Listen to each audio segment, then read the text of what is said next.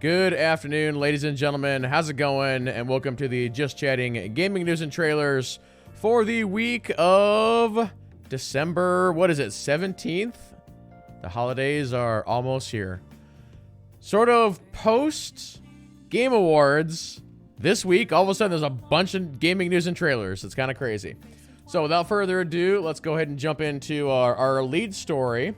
For those who are fans of World of Warcraft or Blizzard, you'll be thrilled to know that the person who many consider to be the heart and soul of Blizzard, a man who left the company some time ago, has decided to return, and that is Chris Metzen. As you can see here in this little piece, he actually began working on the Warcraft universe back in 1994. And yeah, was one of the, I think his previous title was like creative lead, creative director, or something along those lines. But yep, he's going to be rejoining the World of Warcraft team one more time. And from everything that I've seen, this last expansion, Dragonflight, seems very well received. And so hopefully with him back on the team and hopefully them getting the Microsoft money, they'll be able to make World of Warcraft even better moving forward. So yeah, cool stuff. Next up is another interesting story. So you might remember back several months ago, there was a lot happening with some of the Square Enix studios, and some of them kind of got pushed out to like their own independence or a different deal. And there were certain gaming franchises that went along with those, and Tomb Raider was one of them.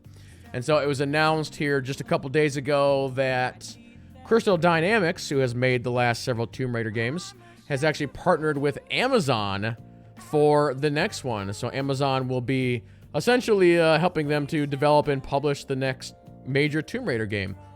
It's also been pretty interesting because Amazon also had some news at the Game Awards about another new game that they're going to be adding to their stable.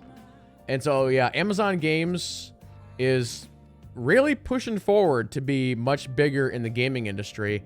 Like, officially, they've only made one game themselves, and that's New World, and then these other ones, they seem to be just publishing. So I think, in the end, they're just trying to get more games under their banner, and then maybe at some point down the road they'll actually make another development studio and start making their own games. So New World in particular is a game that didn't have the greatest launch, but then over the past year they've made big strides to make that game actually like really good.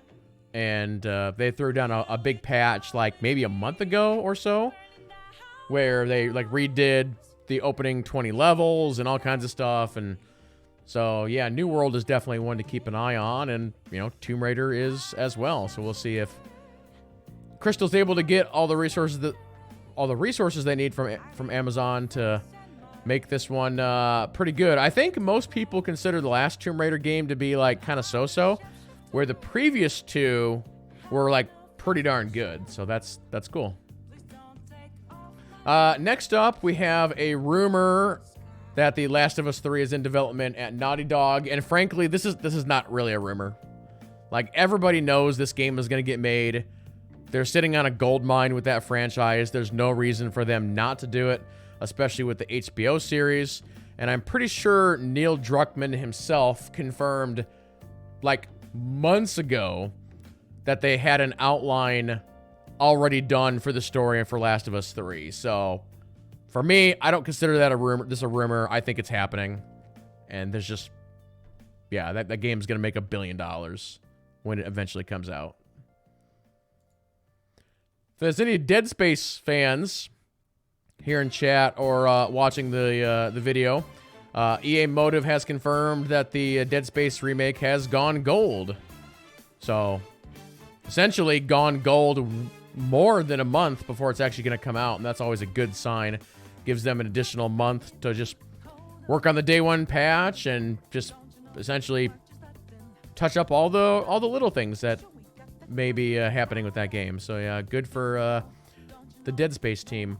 And then our final news story. I actually got to like bring up Discord here for just a second on this one, but the final news story is, speaking of the Game Awards, Jeff Keighley's out there saying that the Game Awards hit a new viewership milestone with 103 million viewers. And just to give you a little bit of a perspective on this, last year the Game Awards hit a previous milestone of 85 million. And then if you take a look at some of the other big shows or events that are kind of out there, so the last Super Bowl brought in 112.3 million. So the Game Awards is just shy of matching or beating the Super Bowl numbers. Something like the previous Emmy Awards brought in only 5.92 million, and the previous Grammys brought in 8.93 million. I don't see the Game Awards going too much higher than this. I mean, at some point, you have a cap, and I think they've hit the cap, the same as the Super Bowl. It's going to be around that 100 million mark, and it might go up a little bit, but we're probably talking like single-digit percentages. It's not going to be like, it's another like 20% increase. I don't see that happening. So we'll see what happens next year. They did credit the fact that they were running a promotion where they were giving away a Steam Deck every minute, and that appears to be a big factor in that 103 million. Keighley also said that on Twitter, which this is weird to me. Like, why would you watch a show on Twitter? But apparently 11.5 million people watched on Twitter. I don't understand that whatsoever. Like, what's the quality of a Twitter stream? It can't be that good. You got YouTube running 4K. It's not going to be 4K on Twitter, I guarantee you that. But crazy. All right, it's time to jump into trailers, and we have a bunch of them, including the Hogwarts Legacy gameplay showcase number 2, which is pretty long, but I wanna check it out. So let's go ahead and kill the music here. And we still have a few more games coming out. So this is the official launch trailer for High on Life, a game that I'm debating on whether or not I want to do a video on. But this is the game that's made by the Rick and Morty guys. So here you go.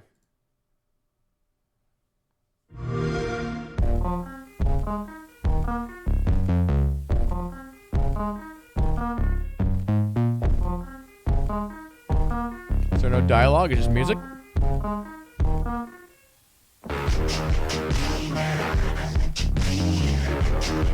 Kind of a weird trailer.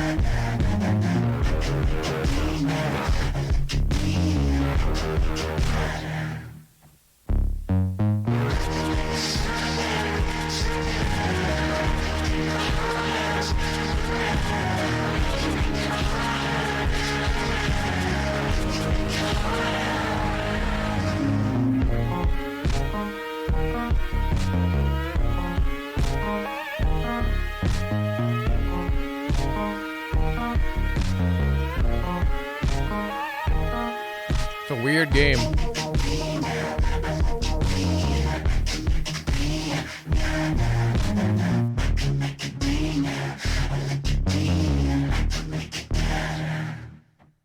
I'll have to move my camera there.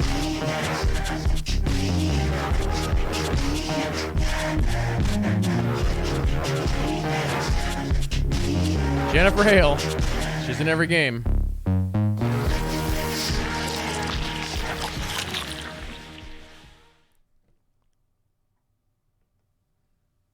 All right, there you go. That's High on Life. Except for the weird thing is, like, when you actually play that game, it's like nonstop dialogue, and that trailer had no dialogue, so kind of weird.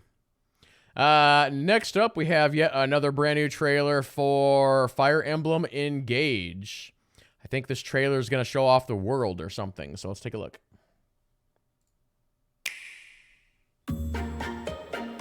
Welcome to the Somniel.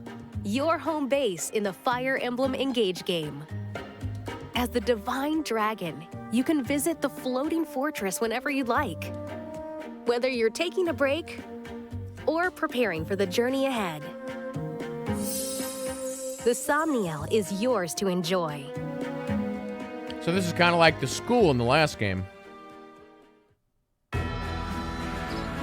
The Somniel has 3 main areas we of can go focus. fishing. Let's walk through them together.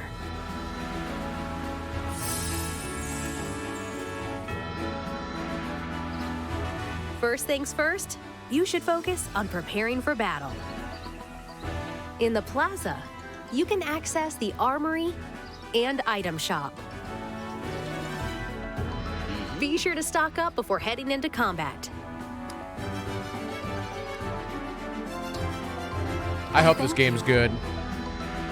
Here, we have the ring chamber. Emblem rings you've collected are kept in this room, and you can communicate with the emblems held within.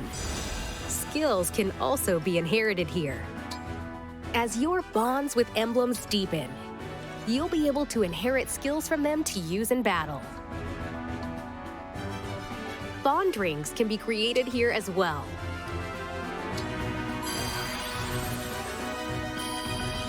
By equipping rings made from bond fragments, you'll receive a boost to your stats. Bond rings can be melded together to form even more powerful rings. You can deepen your bonds with emblems by polishing their rings after they've been tarnished in battle. Strange one. That's a little weird. Overdoing things a bit? This door leads to the arena. While here, you can participate in practice battles to gain experience, among other benefits. I did it! I won! On the furthest point of the Somniel stands the Tower of Trials. Take on a series of battles to earn in-game rewards. Or participate in various trials, such as creating and sharing your own battle map with other players. Okay.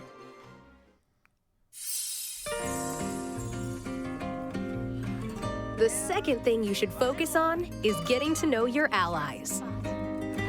You might see friends. I've commented many times that when playing Midnight Suns, that Midnight Suns took stuff from Fire Emblem.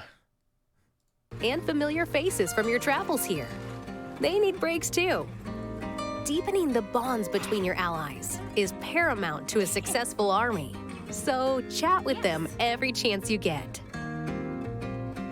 Here, we have Cafe Terrace. You can place an order with whoever's on cooking duty and share a meal with your friends. Depending on how the meal is prepared, I hope it is to your liking. What an exceptional meal. You and your allies' stats might be affected in Yeah, the the next last battle. Fire Emblem had that too. Ooh, something shiny. Items you find can be given to allies as gifts. Give them something they like to further deepen your bonds. Remarkable.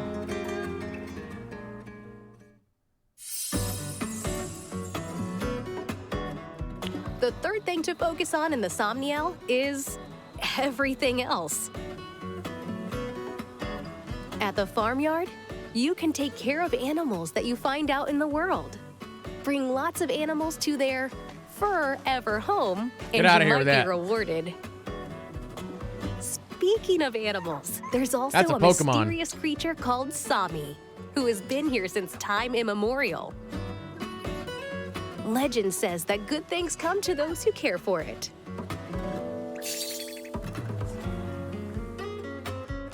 Purchase clothes and accessories at the boutique, so you and your allies can slay in style.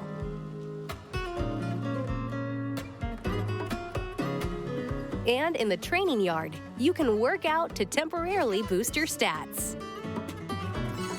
Perfect. How about a haircut? I got a haircut yesterday. Other activities include fishing, Good catch. Nicely done. May the stars guide the way. and fortune telling. Ah, excellent. It's nice to kick back and focus on something other than the battles ahead. This quaint structure is the Amiibo Gazebo. Amiibos. Tap compatible Amiibo figures to receive useful items. By tapping Amiibo from I the only Fire own Emblem one Amiibo. series, you'll receive that emblem's attire and music from games in which So they what if I put a originally Mario amiibo? appeared.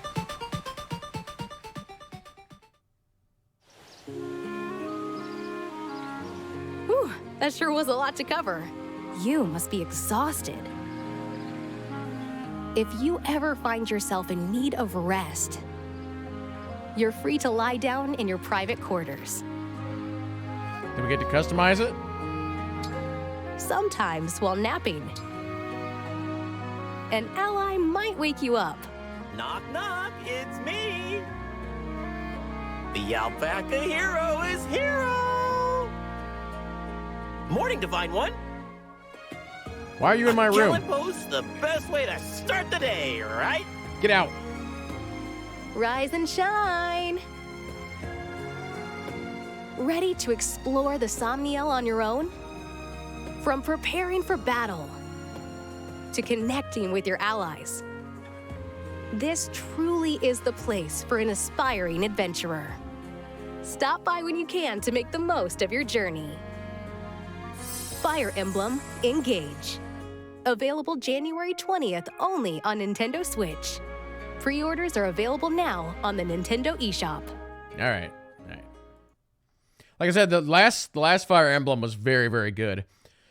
And it seems to me like with Engage, they're adding a lot more fluff.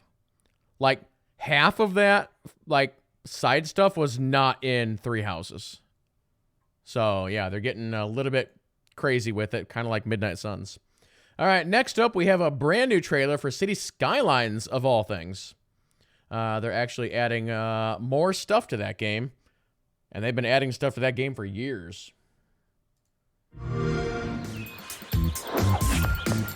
Financial districts.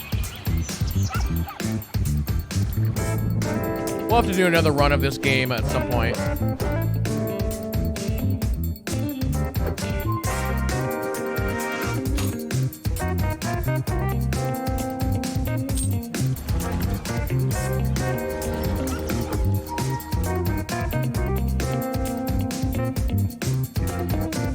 Well, what if my bank truck gets robbed?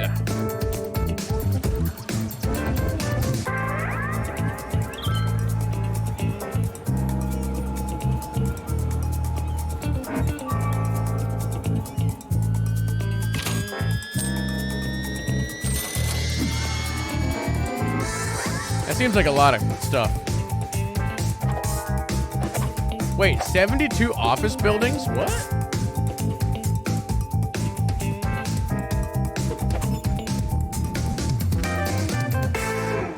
Yeah, still the best city builder out there. That game's great. Whoop. All right, next up, we have a brand new trailer for Wolong Fallen Dynasty. Let's take a look.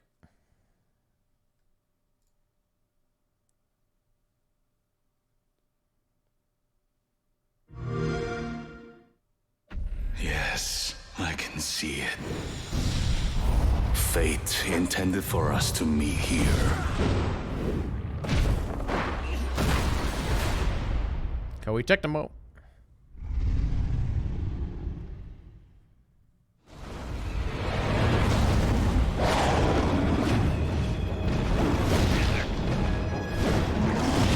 I think a lot of people are excited about this game, but I don't know too much about it.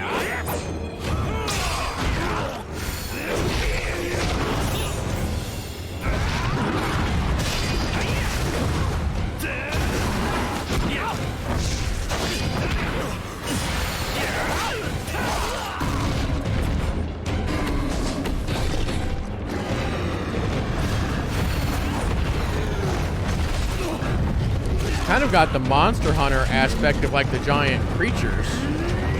But then you're also fighting like other people.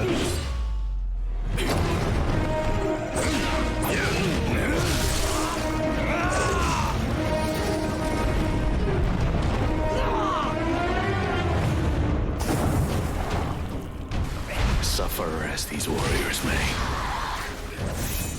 their pain could be the foundation for a new age.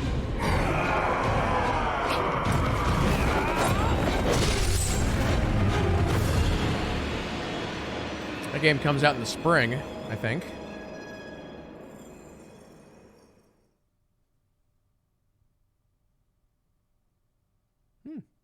Lots of fancy armor sets.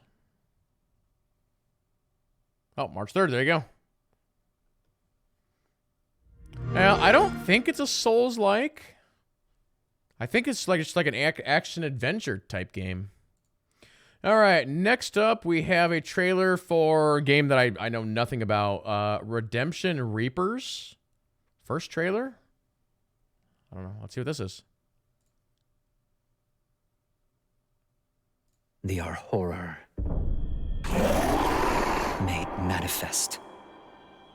The indifferent Mord cut them down one by one, as if they were harvesting crops. This country is finished. The Mort have seen to that. I've heard what people say about you. A band of scoundrels turned mercenaries, led by Rowan of the Wicked Fangs, also known as the Faithless Reapers. Oh, this is a turn-based We're game? murderers, Karin. Our hands were stained long before Troden, and long before we joined the Ashen Hawks. We made our choices a long time ago. There's no redemption for people like us.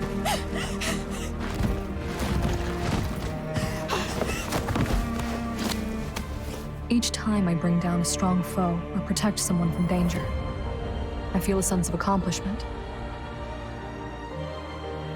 And yet, the moment that happens, I feel so guilty. After what I've done, I don't have the right to be happy. The Mort are coming. We'll be drowning in the beasts any minute now. But they don't appear to have a leader. The numbers are extraordinary. Come then, Hawks. To war. I mean, they're showing off like different classes. That was just a warm-up. Don't take them on alone. Let's make this one count! I'll cut them down. Our foot is to its throat. Now press. Let them try me. We can still buy the others more time. Why are you doing this for us?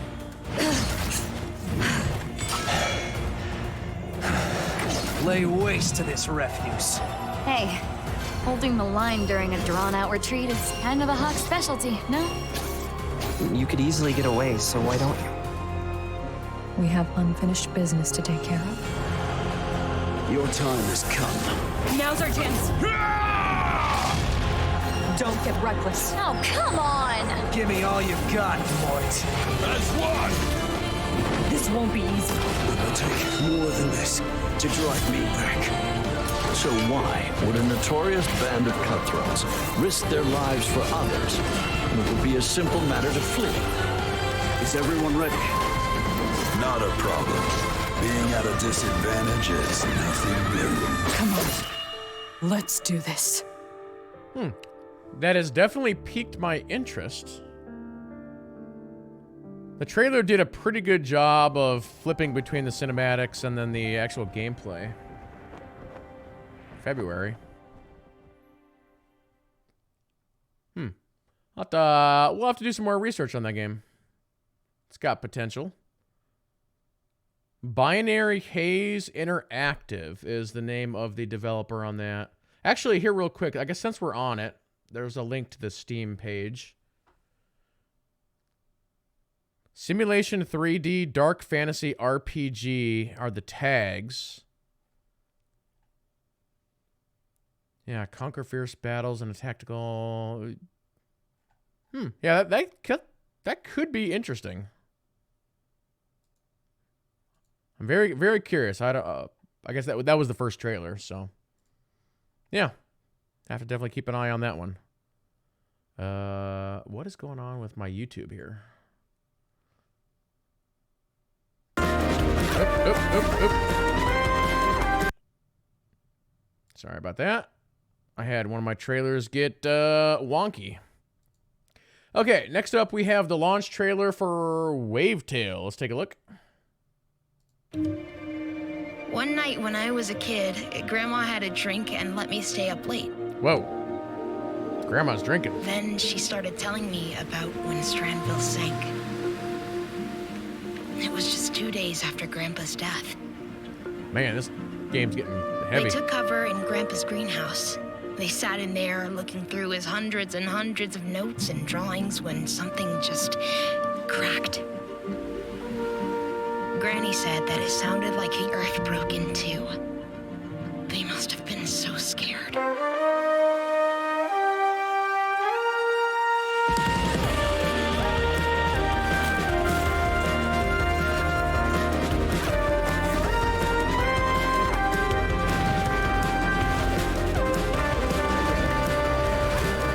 Weird creatures.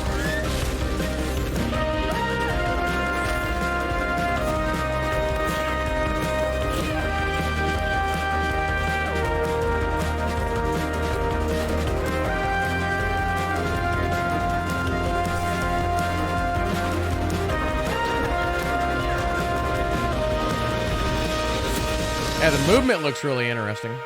You have a kind heart, Siggy. Deep breaths, my darling. You are just like your mother in that respect. Waves are crashing. She's at peace now. We are still far. Don't you think? From shore.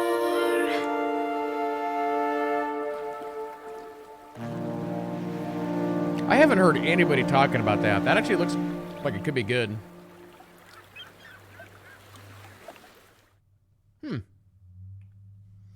All right. Next up, we have another new game announcement. So the name of this game is called... weird. Again, my... Okay, there we go. Wait. So the name of this game is called Abyss World. This is the exclusive Unreal Engine 5 trailer. Apparently, this is a third-person ARPG from an indie studio. So let's take a look.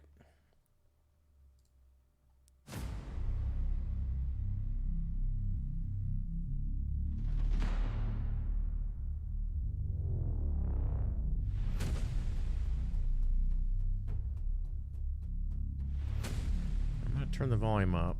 It's kind of low.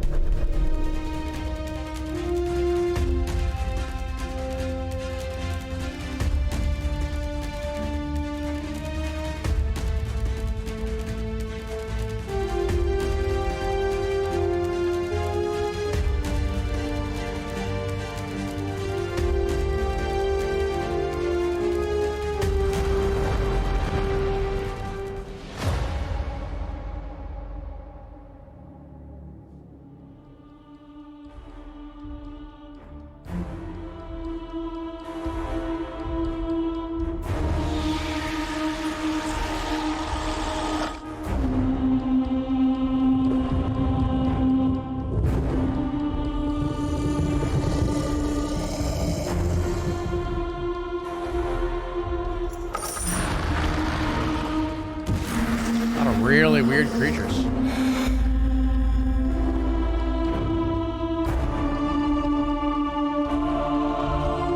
This could be a trailer for Elden Ring 2.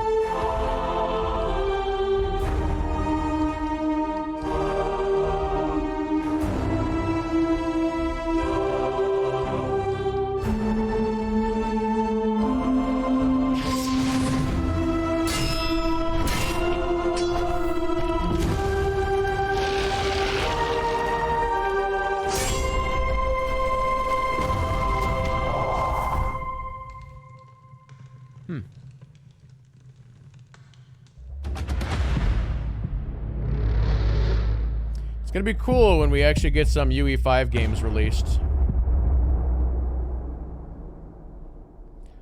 Why would you show that at the end of the trailer? That's kind of weird. Oh, and by the way, we have half-naked women in our game. All right, next up, we have a brand new trailer for a game that was announced at the Game Awards.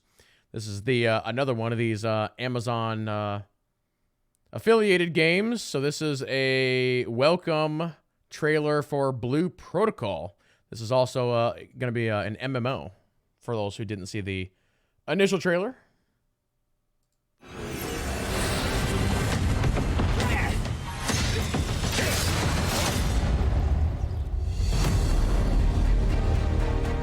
The world of Blue Protocol takes you on a heroic journey to unlock your lost memories, discover your true identity, team up with old friends and new allies, and defeat powerful enemies to save the future from its deadly past.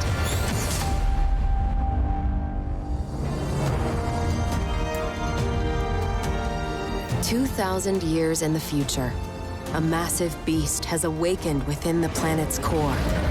That's a problem. And threatens to destroy the world.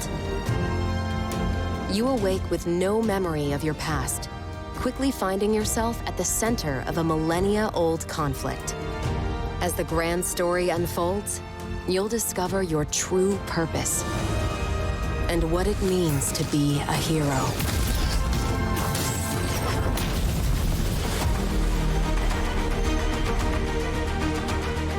Explore, craft, and battle your way across Regnus. Swap between 5 unique classes to do battle with fluid, action-heavy combat, relying on your teammates' skills and abilities to complement your playstyle. And tailor your character to fight back against enemies that adapt their tactics to counter your strengths. That dual wield looks fun. Be your own hero and stand out on the battlefield. Equip armor, clothes, accessories, and mounts to fight back the forces of evil, and customize them to look good doing it. In Blue Protocol, the options are nearly limitless. You can look how you want and It's gonna be interesting to see how they monetize this. And you're not alone on Regnus. Tackle quests solo, or party up with friends and other adventurers to battle your way through epic dungeons. But to take on Blue Protocol's most difficult challenges, you'll have to group up with other teams to defeat skyscraping monsters and earn incredible loot. Blue Protocol is set in a beautiful fantasy world with a sweeping story that'll lead you across Regnus to discover its secrets. Kind of reminds me of like exciting and engaging combat with hundreds of unique ability combinations, kind of the art style of like deep Genshin or and something like diverse that. character customization, and fast-paced multiplayer action. The world of Regnus is unlike anything you've ever seen. That's Solo debatable. or with friends, get ready to bring the adventure to life in Blue Protocol. Yeah, I think it's got potential. It's a next-gen only game, too. Have to keep an eye on it. All right. 3 trailers left, including the big one. Good old Vampire Survivors announced some DLC. For like $2.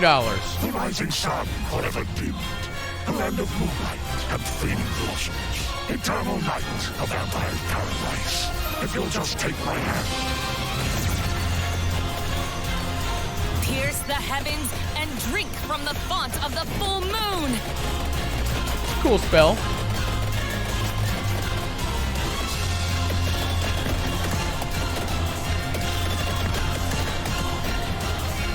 The mind is quicker than the eye. At least mine is. Yeah, when they zoom in on the characters like that, that doesn't really do the game justice.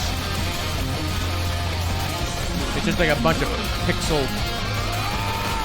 mess. Ignorant elders, behold the power of the new moon. The power of the void incarnate. Don't misunderstand, sweetie. I I'm the star. You're all just extras.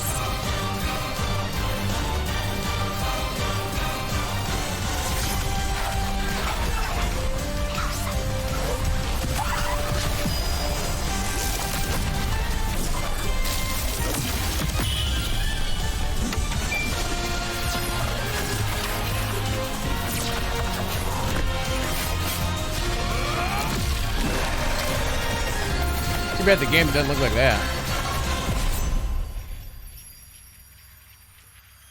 Everybody in chat can go buy it right now. All right, next up, we actually have a new trailer for Starfield. It's another one of these like behind the scenes dev deals. So let's see what we got going on here.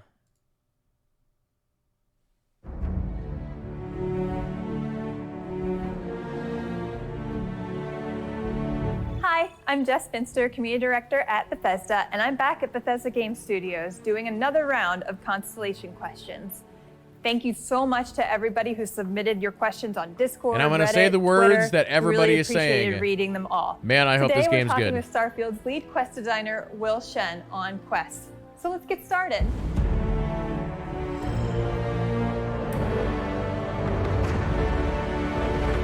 Hi, Will. Hi, Jess. Do you want to give a brief intro to yourself so they can get to know you a little bit better? Sure. I'm Will Shen. I'm the lead quest designer on Starfield, and I am also responsible for the main quest. Well, we got some of the top questions from our community that they want to know about Starfield. First question. One of the best things about the previous games were random encounters that you have in the world. For Starfield, how has the random encounter system been improved or expanded upon, if at all? So very exciting. This time around, we have entire planets that we have to populate.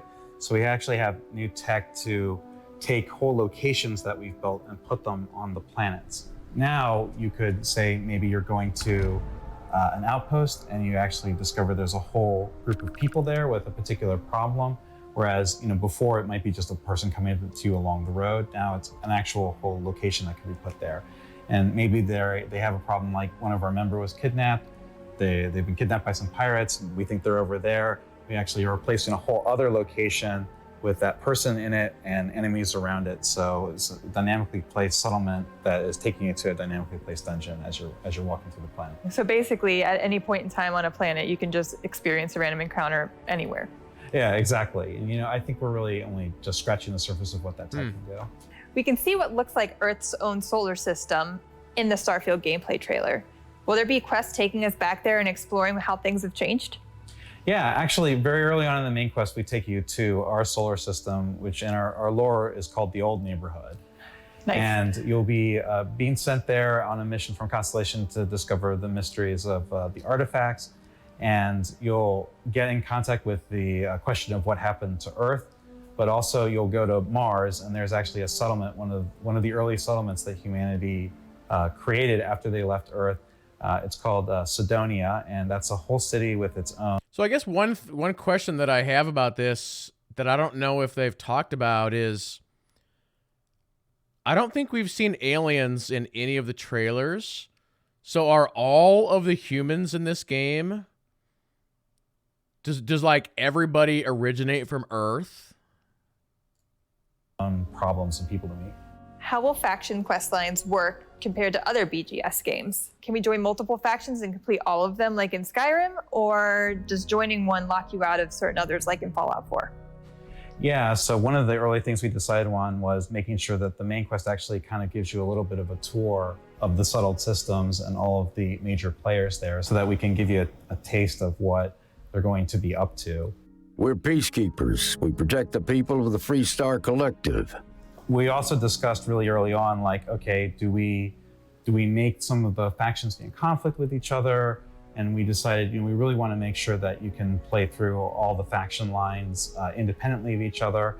And this time around, we were like, no, we really want the stories to be a little more personal, right? You're influencing the direction of where this faction is going to go. So say the politics of the Free Star Rangers, right? What's more important? Is it justice or industry, right? Where are you going to try to nudge them in this direction or another? So you don't necessarily end up as the head of every single faction of the game. But, you know, obviously all the major characters in every faction quest line will be reflecting on your choices, but, you know, it can have far-reaching consequences for what that faction is, what it cares about. What will the role of some of the companions be during quests? The companions along the Constellation storyline, which is the main quest, they'll have a lot of opinions and points of view about what the decisions you'll be making along the main storyline. We've also added in several times where you can ask them to speak for you. So you might have a companion with you and you'll be challenged to, someone will tell you you can't get through here, and you can actually, you know, turn to your companion and say, hey, actually, could you handle this? And they'll actually speak on your behalf, and there could be consequences, good or bad, for what they happen to say. And all the usual things you would expect from followers, right? They'll follow you into danger, you can trade equipment with them, and, you know, they'll also be crewing your ship, which is new, so they'll be helping out on your ship as well. Will NPCs react in different ways depending on how the player completes a quest? Yeah, I mean, all the quest lines have major characters, right, that they'll reflect on the decisions you're making, you know, and they'll have opinions about whether they're good or bad, you know, and for a few of the storylines, and including the main quest, who ends up with you at the end, right? You know, there are some, you'll be determining the fates sometimes, whether someone lives or dies, or whether someone's still in the faction or decides to leave the faction. There's a lot of different things. Boot him out of the faction. Well, that's all the questions I have for today. Thank you so much, Will, for taking the time. We really appreciate it. Thank you so much to Will for volunteering his time to answer our questions, and thank you for submitting your questions. If you want to be the first to know about videos like this one or other news about Starfield, we encourage you to sign up to join Constellation. You can also submit any Starfield questions you would like to know at the hashtag here. So until next time, thank you, and we'll see you soon. Still no date for that game. Even though it had the date of 11/11/22. All right, we're on to the final trailer, and this is a long one. Everybody grab your popcorn, settle in. We have the Hogwarts Legacy Gameplay Showcase number 2. I've not seen this, but I've heard it's very, very good. The first one was very, very good.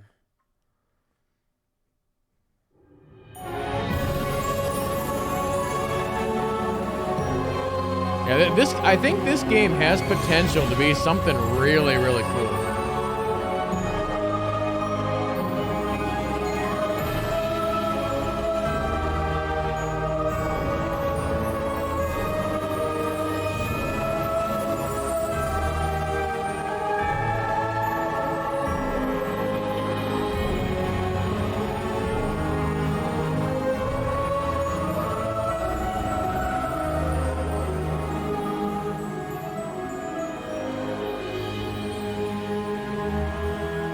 Watching this in 4K. Hey, everybody. Nope. Crank it up. Crank it up. Everybody, welcome to the Hogwarts Legacy Gameplay Showcase. I'm Chandler Wood, Community Manager here at Avalanche Software, and I'm honored to introduce you to our panel today. First up, we have community guest host, Ben Snow. Oh my God, I can't believe this is happening. Thank you so much for having me. And from the Avalanche team, we have Game Director Alan Tu. Hello, everybody. And Systems Designer Mackenzie Toner. Hi. And finally, just off-screen capturing gameplay for us, Andrew Corum. Today, we'll be giving you a taste of the open world via Broom Flight, a deeper look at combat using the Dark Arts Battle Arena, and a look at your personalizable home within Hogwarts, the Room of Requirement, where we may even see some beasts. And we're starting right where we left off in our last gameplay showcase, just outside Hogwarts, which Wearing a different outfit, though. You can walk out of the castle after walking through everything and then just come out here and take off on your broom out into the open world.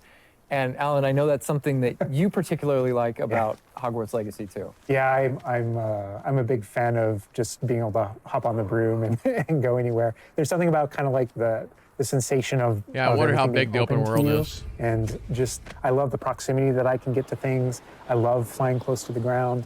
And I kind of wanted to talk about it just because I feel like, you know, the brooms are fun for me, not just because of all those feelings of exhilaration, but because they're not just, I have a broom and it's done. I actually kind of like some of the mechanics in it. So you see in the lower right, there's a meter there, and occasionally as Andrew's kind of flying up or flying down, you might notice it draining or not. And this isn't the present day where all the broom technology is well known and advanced and everything that we know and love. This is an earlier time where they're still trying to figure out, we're not at the 3,000 yet, we're at the 11. So. Oh my goodness, I'm just so speechless right now because this is just so beautiful. The world just looks so. By the way, the broom, is that like the only one, or can you like upgrade? I got to stop and point out something here real quick, because as a professional Harry Potter, expert that I am, I'm noticing that. Hold on, I gotta change this here real quick so you can see my mouse. Right here, he doesn't have the hooks. So all the brooms have hooks on the back side here, and that's actually where your feet sit. And this doesn't have it. That broom to go faster? Yeah, so we have a shop in Hogsmeade, actually a broom shop. And so that sells a variety of different brooms. And it was important to us that the player could customize themselves based on their own aesthetic. So they're purely cosmetic, but if you talk to the shopkeep and help him out, he'll actually sell upgrades. Yeah, and those upgrades will make it so that where normally the broom, you can only fly, you can only go at max speed. It's kind of like a turbo meter down there. You can only go at max speed without the meter going down, kind of closer to the ground. And as you raise into the air, you'll notice the meter drop. And so those upgrades will allow you to wonder how high you can go up. distance from the ground. And the broom owner at the sporting goods store in Hogsmeade is trying to perfect the broom and get better at it and know it better. And you can participate that and get better and better brooms through that. I see. And I love that mechanic encourages you to actually explore the world and kind of stay close to the ground. It's not just a travel mechanic, point A to point B. You're not just flying high over everything, although it is beautiful, something I really love doing, but as well, there's lots to explore on the ground, and so kind of keeping you down at the ground level. And to me, it feels like it's got this kind of surfing vibe over the. Oh my God, like I'm just like, I want to snatch the controller from Andrew right now because I want to go to the mountaintop, I'm going to the forest, and to that hamlet, or I don't know if that's how it's called. I think that's what it is. No, it's awesome. We're actually gonna land here, and I feel like that you call it a hamlet is just perfect, just because that's what we refer to it as, and so.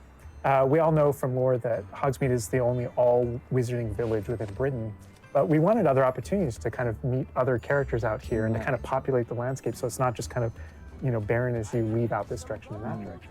And so we just imagine these different dwellings, these different smaller locations that wizards might live in out in the Scottish Highlands. And so it's those. And so we refer to those as hamlets, and they're opportunities to learn those wizard stories, how those different locations have kind of like learned to live, what their relationships are. I'm gonna move my camera for a second so you can see the mini map. Hogwarts. And so they're both quest opportunities out here and a chance to kind of get to know more of the area, even beyond Hogwarts and Hogsmeade that we've already experienced. And you also notice on the mini map like lots of little icons, and each one of those represent gameplay in the hamlets that you can participate in. Whether it's a vendor or different puzzles and challenges or different secrets that exist. Each one of those icons are different opportunities for gameplay. And you'll notice that same thing as we venture out into the open world as well. So when you go out into the open world and you see those icons, whether they're on the mini-map or on your map or off in the distance, those things are opportunities to say, like, I want to increase my inventory capacity. They're puzzles left behind by old wizards, that you can solve that actually grant you those. If you see ruins off in the distance and you visit capacity, they're puzzles left behind by old wizards, that you. I don't think this kid is standing on the ground. It looks like he's floating. Here, watch it. To say, like, I want to increase my inventory capacity. They're puzzles left behind by old wizards, that you can solve that actually grant you those. If you see ruins off in the distance and you visit them, you might find opportunities to actually expand and learn about your ancient magic. It's a good thing this game isn't done yet. And as you kind of They got some encounter work to different do. enemies dotted on the landscape, sometimes those characters, poachers or dark wizards, might be hoarding different magical resources that are valuable to you as you're playing the game. So each one has kind of like a way to connect to our gameplay loops and provide different opportunities that just kind of reward you for poking around. Levitation spell. I mean, I right away want to just cover all of those. It's points on the Leviosa, map, not just like going Leviosa. Well, we've flown on a broom already, but there is something that we haven't done so far, and that is getting on our flying mount. We're going to hop on our Onyx Hippogriff here. The Onyx Hippogriff is our pre-order bonus. Oh my god, there he just like pops out of the bag. Oh wait, you can use it as a horsey? I mean, a horse. I mean, that is a horse. Yeah, as a hippogriff, you can totally ride it like a ground mount, and you can lift off into the air. So And what's we the try to make difference? sure that Why would I want to use one over the other? Each of those interactions, so the broom's really good at reaching that top speed, at kind of traveling the world as quickly as possible. But sometimes it's really nice to get on the hippogriff because of that ground speed or those transitions. And sometimes it just feels amazing just to be riding around on a hippogriff. Look at it. Yeah, it really is kind of like, I don't know, it's a great feeling being on it. And it's a great feeling managing those transitions, kind of going from run to fly and just being able to go wherever you want. And we tried to make sure that each one of these things that you can interact with have a unique identity and a reason for being. And, oh my god, like I see like different like areas, like a swampy area. By the way, can you go to like entire map anywhere you go? There are regions that are like locked from you? Yeah, or, as soon as you, there's kind of a moment where the world kind of opens up to you outside of Hogwarts as a student, and right from that moment, early on in the game, you can go wherever you want. And so you might find more difficult challenges in different areas, and you'll see different spots as Andrew's moving around, like you mentioned, the swamp. But there, we have got like a coast, and we've got different types of environments out in the world just to kind of pepper your experience, reward you for exploring, keep things fresh. All those things exist as we're moving around. So cool. I love that windmill. It's like so rustic. Like I keep forgetting that this is like 1800s. The Wizarding World we've never really seen before. Like it feels so authentic. Like it's part of it. Yeah, I love this vista too, and I'm gonna have Andrew stop here. We're gonna use a bit of dev magic to change the seasons. Actually, I want you to see what this world looks like, covered in snow. Yes, yes, yes, please. I love snow.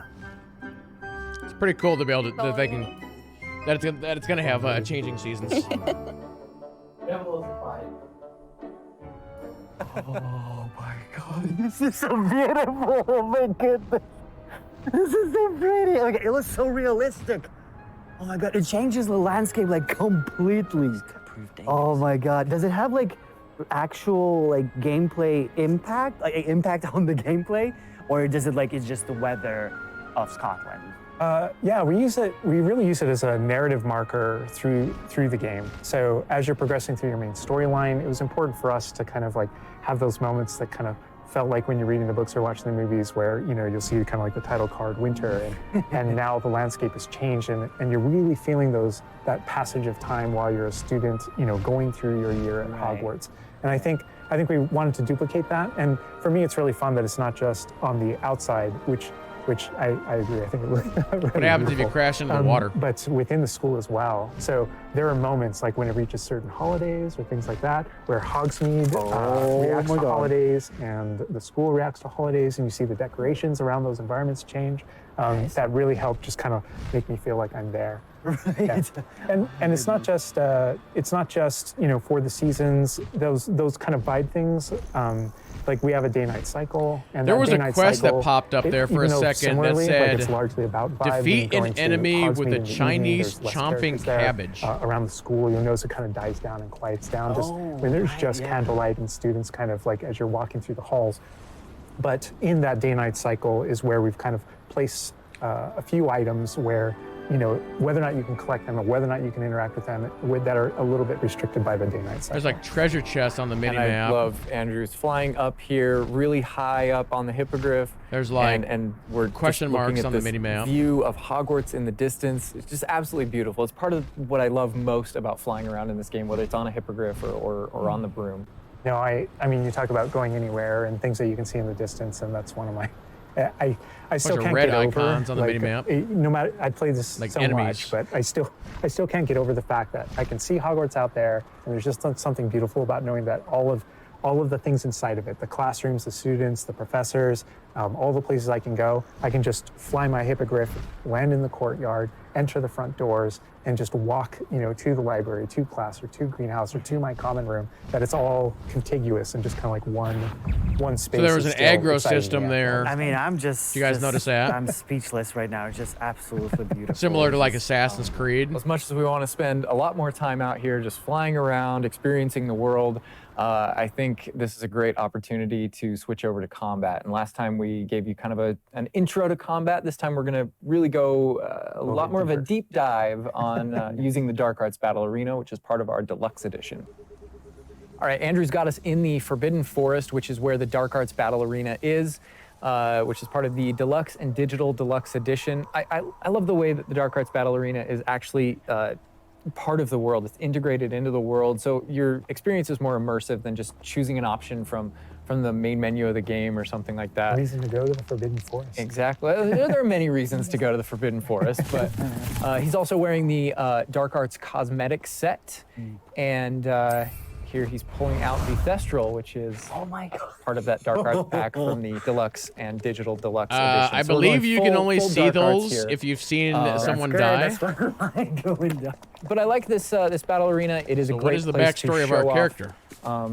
really combat in a big way, because it unlocks some interesting abilities for you and allows you to really play around with combat in a deep way. And is this like the only arena like this in the game where you can like practice? And Yeah, do- so in the Yeah, Jalen in chat also mentioned something that I was about to mention.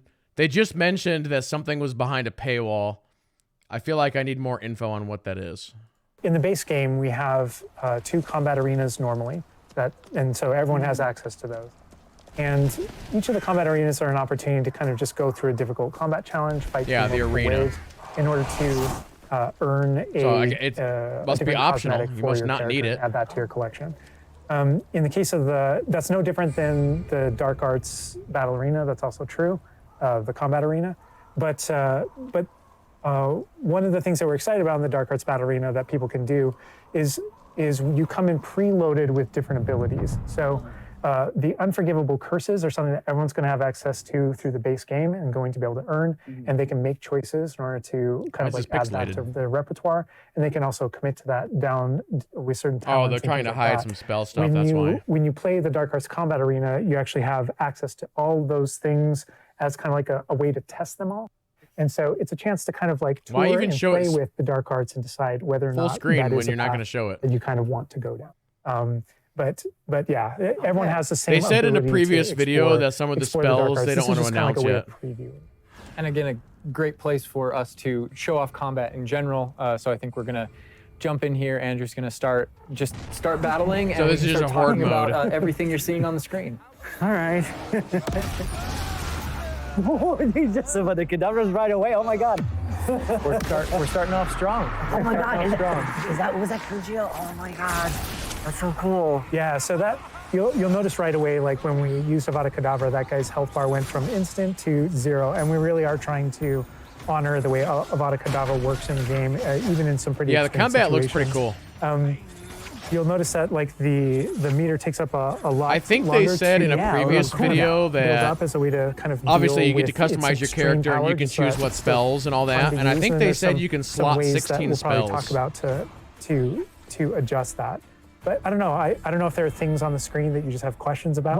Well, like I see like little blue things. Yeah, this looks like a horde mode to me. From the enemies. Also, before like that sign. Well, it's like so in the community we call it the ancient magic sign. I don't know if that's how it's called. Yeah.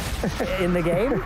So the community is astute. So on the development side and in player facing in the game, we reference that as your ancient magic meter. Oh, so it is ancient magic. That is, yeah. So as your abilities in the game keep growing and you become exposed to some of the secrets about your own kind of mystery and your own abilities, you start unlocking new powers. So one of those powers, you'll see the R1 button appearing throughout the game. That's an ancient magic throw, we call it, that allows you to kind of like draw an object to you and fling it at an enemy. Okay. But whenever you see the R1 or the L1 plus R1 appear over somebody's head, that's an ability to cast a very devastating and powerful ancient magic spell to do a ton of damage against a character. I see. And the way that manifests itself depends on the type of enemy that you're fighting. And you'll see a wide variety of enemies in here that are pressuring the player in different ways. You'll notice there's abilities that kind of bubble up under the player as he's fighting that force him to move. And there's different ways that we want the player to kind of move around on the battlefield. And that's actually a good link to the ancient magic meter in general. And the reason why I say that is because as you're doing different things in combat, you're protegoing and you're doing different abilities and you can kind of spec into it with your talents, there are different ways to get that meter to build faster and faster.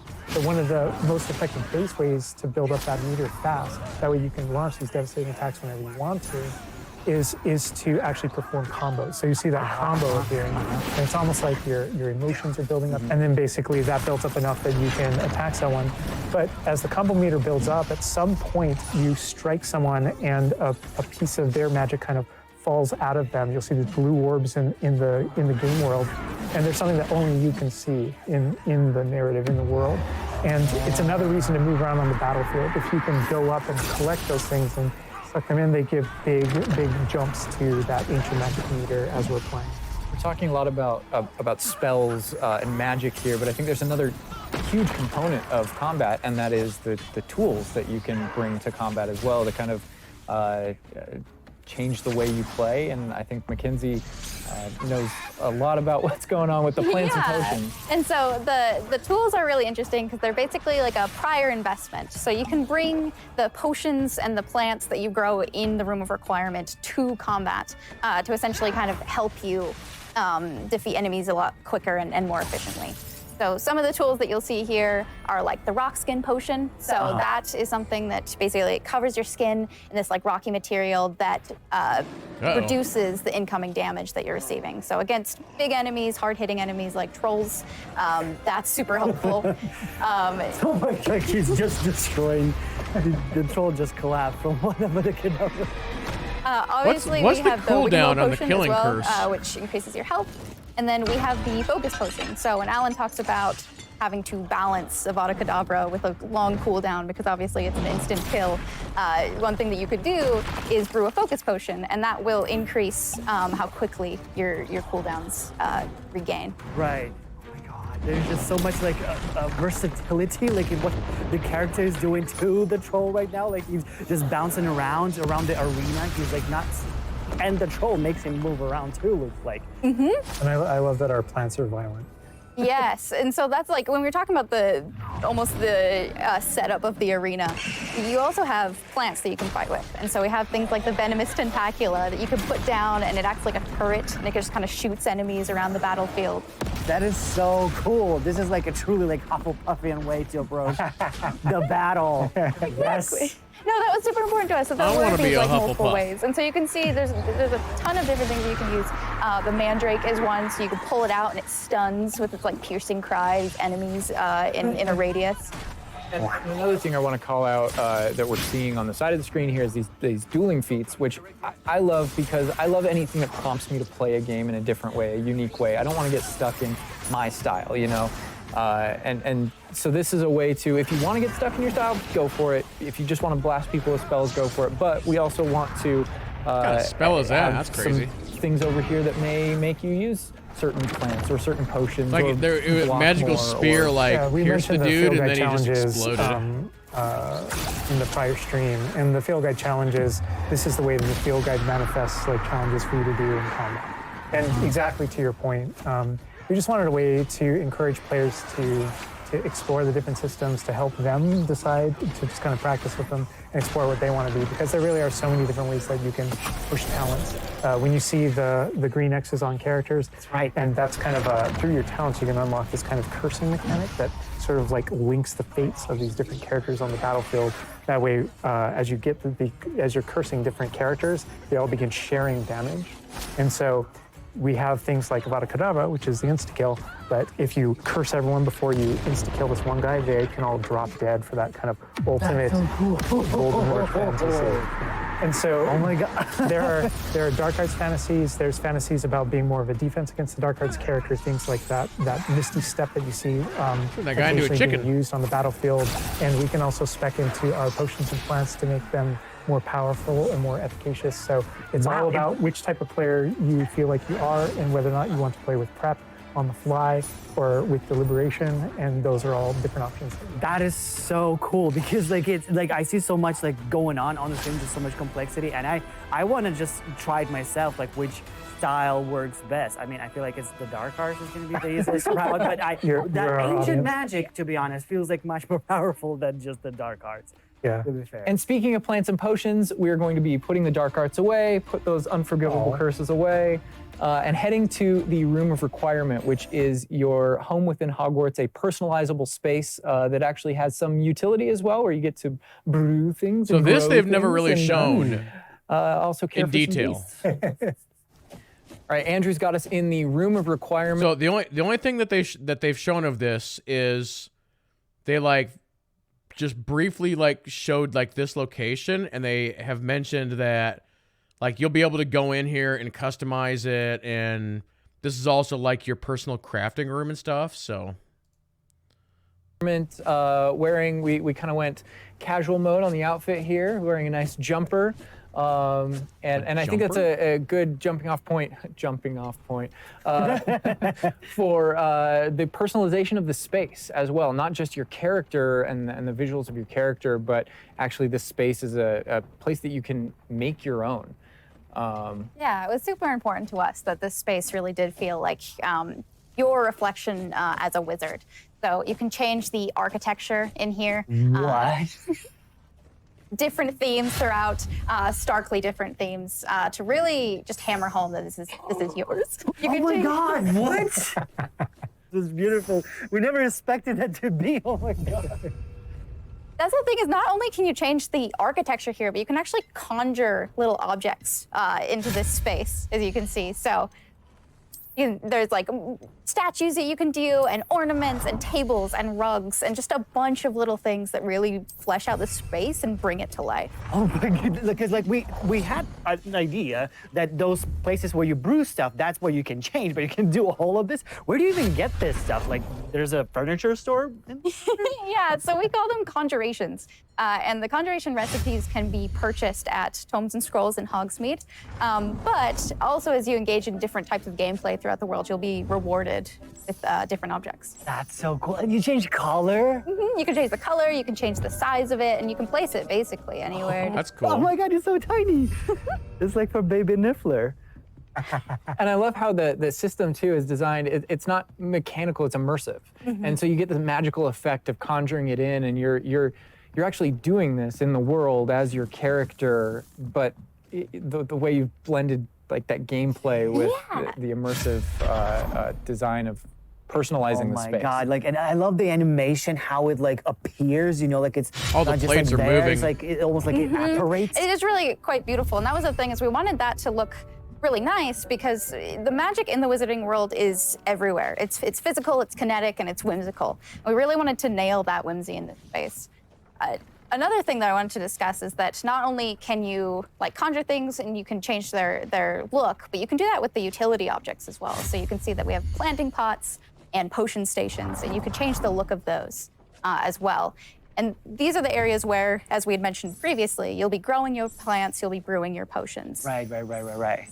So while you're also doing these like kind of nurturing-based activities, this is also the space where you would bring your gear to be identified and gear to have like rates put on it, which I believe Alan can talk to. Oh. Yeah, we keep bringing up appearance and how it looks, and on a, like in the game, you can look like anything you want to whenever you want to. But the player will be finding different types of gear, that we call it, as you progress through the game. And essentially, we just know that clothes and different items in the wizarding world can have different magical properties. And as you explore and as you adventure and as you defeat enemies, you're going to be finding different pieces of gear that have different abilities. and that can help you in your journey and are a major part of you kind of growing as a wizard and advancing as a wizard. And so there's a huge list. and not all the time, whenever you get a new piece of gear, you don't necessarily know exactly what it does. And so there's a station inside of the room of requirement that you can conjure. It's one of the first things you conjure, called an identification station, where you can actually bring that gear that you're uncertain about and learn what its abilities are. Right, yeah, that's so cool. And then as the space advances even further, and the space will eventually grow its own rooms, and you're going to get new recipes, like Mackenzie's talking about, all these different things keep expanding. And as it expands, eventually you're going to earn what we see here, which is called a loom. And when you set up a loom, it's an ability to essentially customize exactly which magical properties are on your gear and take any piece of gear and adjust its properties and to tweak what it does. And I mentioned earlier that you can make anything look like anything. The collection of appearances, we call it, or cosmetics, we've been referring to it in this stream. Those types of things you can use, and you can apply a look to any other look. So if you get a piece of gear, you put it on, you look like that, but you can change it to look like whatever you want. That's so cool. And like you can just put some ability to this sweater, but then you can just swap that ability. Yep, and the appearances you can edit whenever you want in the gear screen. The loom is specifically about applying traits and applying larger upgrades that just kind of grant you greater statistical advantage or give you really specific abilities that blend in nicely with where you're trying to go with your combat fantasy or talents and things like that. Interesting. I'm just seeing that they're just like pumpkin fur, mooncalf fur. Where does that come from? Yeah, and so you'll notice that the ingredients that are used to add traits and to upgrade your gear are based around beasts. So this is where we get into the beast care section, which is inside this vivario. Kind of bigger space on the inside idea. And so you can see here we have a couple of beasts out. We have a graphorn and a mooncalf and a niffler and a kneasel as well. So quite a variety. Oh my God, he's just like a big puppy. They're so cuddling. Oh my God, they're together. Oh, that's so cute. They're adorable. And so part of beast care is petting them as well, but feeding them too. And so once you do those things, that's when they feel safe enough that they'll give you their magical ingredients. So mooncalf fur, niffler fur, etc. That can then be used in your gear. That is like so like intuitive because like that makes sense because when that's one of them annoying ones that steals all the money. Leftovers. That's so. Oh my God. Yeah, and we really want to hammer home the fact that this is like a home that you're making for them. So in the overland, you can find these beast dens and rescue these beasts. Part of doing so is brushing them and feeding them. Yeah, this game's got a lot going on. And to build that relationship with your beasts. In addition to be able to care for beasts, you can actually conjure things in this space as well. The house, the cottage. Yeah, right. And so we have like a lot of little ornaments in this area, and a lot of them are purely cosmetic, but they look really cool. Again, it's the personalization of this space. Oh my goodness, no, this is like, I'm gonna spend 8 hours just designing this whole area to personalize. This is like cool, it's like you have this little play area, like a personalized fish tank, so to say. Just for the creatures. I love it. Yeah, no, totally. And there's like a decoration aspect, but there's also, we were saying inside as well, is there's a utility aspect to it too. So as you progress in the game and you're able to purchase more conjurations, you're able to speed up your process. So one of them, for example, is the food processor, which allows for the beast in the space to automatically get feed, so you don't have to do it manually. And so you're really building the progression for yourself here. In addition, there's also a toy box where you can play with your beasts. You'll see here, yeah. So you can, there's a bunch of toys in it, and each beast has their own favorite toys. So as you can imagine, the mooncalf really likes the moon ball, or the kneasel, as like a little cat, really likes to chase the yarn ball as well. Right. And they're super cute. Oh my God. Watching them, it's so cute. And the big thing we really wanted to hammer home is that the world is a dangerous place. And so by going and rescuing these beasts and bringing them back here and caring for them, you're really helping them out. There's poachers in the overland who hunt these beasts for their material. So instead, you're caring for them. You're giving them a home. Right. Oh my God, this Raphorn is just gigantic. But he looks like my dog. My dog's right now, for sure. Oh, you could actually name them as well. So, like your dog. So getting back into that personalization, you know, yeah, we didn't want you to just like throw in, oh, here's a Graphorn in here. Chat, like, you guys are all going to be animals. Named whatever Andrew's about to name them. Bruce. That's a good name. You know, we've created this really nice space, and you can get additional vivariums, correct, to different kind of aesthetics and looks to where you're keeping your beasts and caring for them. Progression is a big part of this space as well. So as you progress through the story, you will unlock more vivariums. So as you can see, this one's quite meadow-themed, big, open, bright. But there's other ones, say like a swamp that you might encounter. And it's really a visual effect to and more space for your beast. Oh, so it's like those, so when we're inside the room requirement, there's like on the left, there's that moon glow from one entrance and then some shrubbery going on in the right. Is that what you're talking about? Yep, that's exactly it. Ah, oh, you put trees in here too. Oh my goodness. And another thing with the beast care that I think is great, you know, tying back to this same kind of thing that you did with like the broom, where the broom is not just a method of travel, it's actually built in and integrated into the world. In the same way, like beast care isn't just this added element. You're not just throwing it on top. There's really this like narrative and integration to everything connects. So as you progress through the missions, you'll expand this space. As you earn resources, you'll go into Hogsmeade and use them to unlock the gameplay here and unlock new conjurations and different things to play around with. In the open world, it's in those different environments, like the different combat and conflicts and bandit camps. Gonna make the statue massive and put it in the middle of the lake. Those things are what hold recipes that exist in the loom. So all these things have a way of connecting. Moonstone that you find out in the world is the resource that we use to conjure everything. That's found throughout the world. Forageables are used for recipes. So really everything's like a cycle and keeps you coming back. But even with the story that's being told too, I think people know who Poppy is and that she has a particular affinity for beasts. Yeah, I mean, I think everything we're seeing here, you know, you're going to be venturing out into the world. You don't need the well that big. And this is just kind of the tip of the iceberg, even of kind of like your interactions with beasts in that narrative. So, you know, you bringing up Poppy, there are more kind of mysteries to discover. Trying to figure out the top 5 for world for Game of the Year next year is going to be that have to just do with caring crazy. for beasts. And so different characters have their own stuff that just kind of make this all just kind of the beginning of your journey. Well, we could spend hours in here, but we're going to have to end the stream now. What do you think about what you've seen today?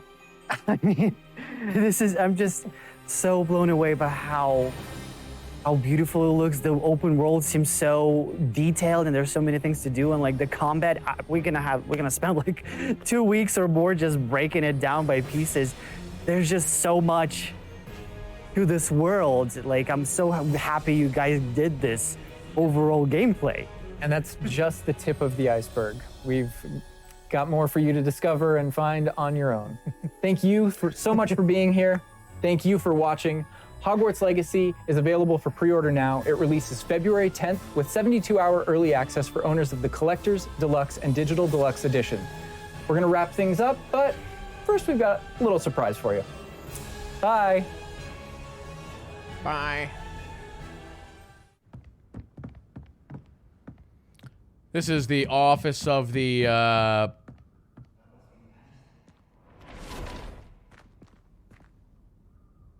I was gonna say Dumbledore's office, but whoever is running Hogwarts' office. I would say. Yeah, that game looks super good. Super good. Yeah, Headmaster's office. That's maybe a better term for it. All right. For those who are watching on YouTube, that'll go ahead and do it for the video. Thank you all so much for watching, and we will see you in the next one.